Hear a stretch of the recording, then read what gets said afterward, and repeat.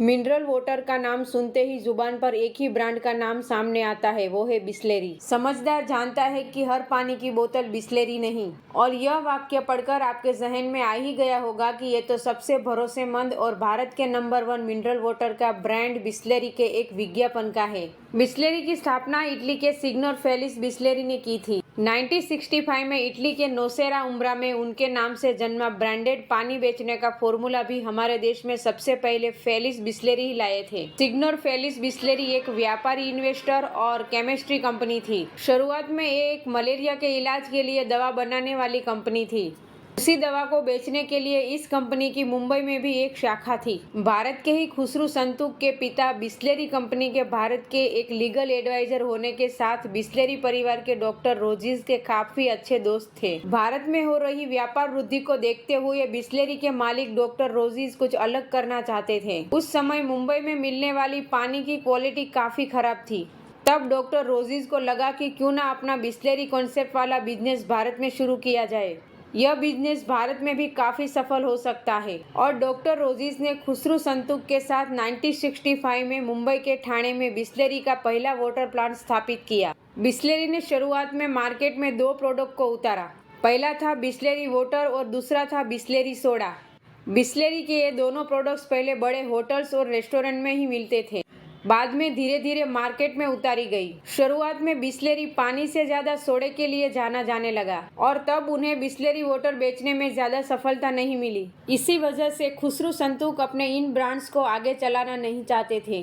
Bisleri water को मिली असफलता के बाद खुसरू संतूक ने अपनी इस कंपनी को बेचने को तैयार हो गए। यह खबर पार्ले कंपनी के चौहान ब्रदर को मिली और रमेश चौहान ने 1969 में बिसलेरी लिमिटेड को 4 लाख रुपए में खरीदा था। बिसलेरी को खरीदने के पीछे रमेश चौहान का मकसद था कि इस ब्रांड को वे सोडा ब्रांड में तब्दील करेंगे।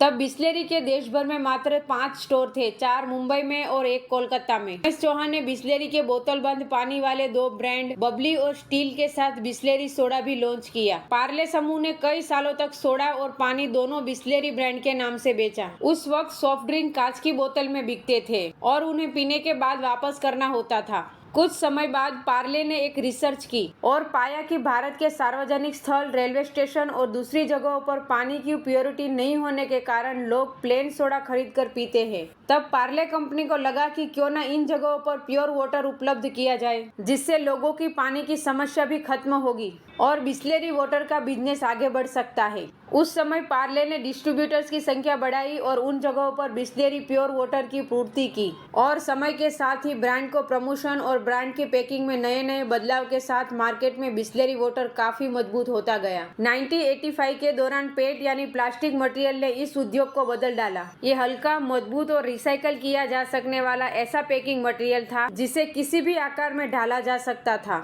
इसमें पैकेजिंग की समस्या हल हुई और दाम भी कम हुए। बिसलेरी की सफलता से प्रेरित होकर साल 2000 में बेली, एक्वाफिना और किनले जैसी कंपनियों ने भी शुद्ध पानी के दावे के साथ इस बाजार में कूदे। आज बिसलेरी की भारत बोतल बंद पेयजल में 60% मार्केट हिस्सेदारी है। आज 135 प्लांट के दम पर 2 करोड़ लीटर से भी अधिक पानी रोज बेचने वाली बिसलेरी देश दुनिया में छाई है। आज बिसलेरी 5000 से ज्यादा डिस्ट्रीब्यूटर ट्रकों और 3500 डिस्ट्रीब्यूटर के जरिए 3.5 लाख रिटेल आउटलेट्स तक पहुंच रहा है। वर्तमान में बिसलेरी का रेवेन्यू 5000 करोड़ से भी अधिक है। लेकिन सवाल यह उठ रहे हैं कि देश का सबसे लोकप्रिय ब्रांड होने और अच्छा कारोबार करने के बावजूद इसे बेचने की नौबत क्यों आई। दरअसल कंपनी के मालिक रमेश चौहान की एज 83 की हो चुकी है। बढ़ती उम्र के साथ ही खराब स्वास्थ्य के अलावा और भी कई कारण हैं, जिनकी वजह से बिसलेरी का सौदा करने की नौबत आई है। और फिर बिसलेरी को आगे बढ़ाने या विस्तार के अगले स्तर पर ले जाने के लिए चेयरमैन के पास कोई उत्तराधिकारी नहीं है। रमेश चौहान की बेटी जयंती चौहान कारोबार संभालने में इंटरेस्टेड नहीं है। बिसलेरी को खरीदने के लिए रिलायंस रिटेल, डैनोन और नेस्ले जैसी कंपनियों ने भी बातचीत शुरू की थी,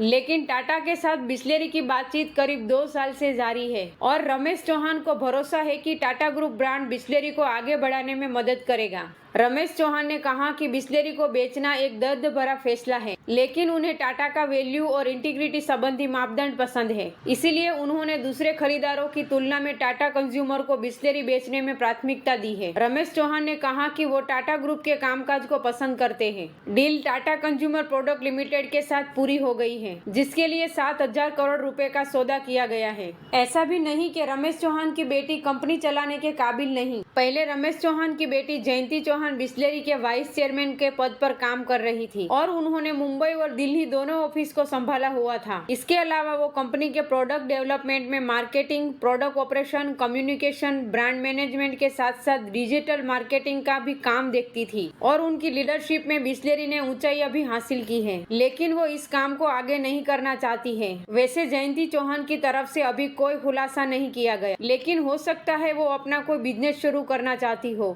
असल में जयंती चौहान ने फैशन डिजाइनर और फैशन स्टाइलिंग का कोर्स किया है। ऐसे में लोग ये अनुमान लगा रहे हैं कि शायद आगे जाकर अब वो इस फैशन को ही अपना बिजनेस बनाएगी। अब कंपनी को छोड़ने के जयंती के पर्सनल रीजन हो सकते हैं। ऐसे में उनके फैसले की वजह से उनकी काबिलियत पर सवाल नहीं उठाने चाहिए, क्योंकि जो लड़की बिस्लेरी जैसे ब्रांड्स को संभाल सकती है वो अपना खुद का बिजनेस भी खड़ा कर सकती है।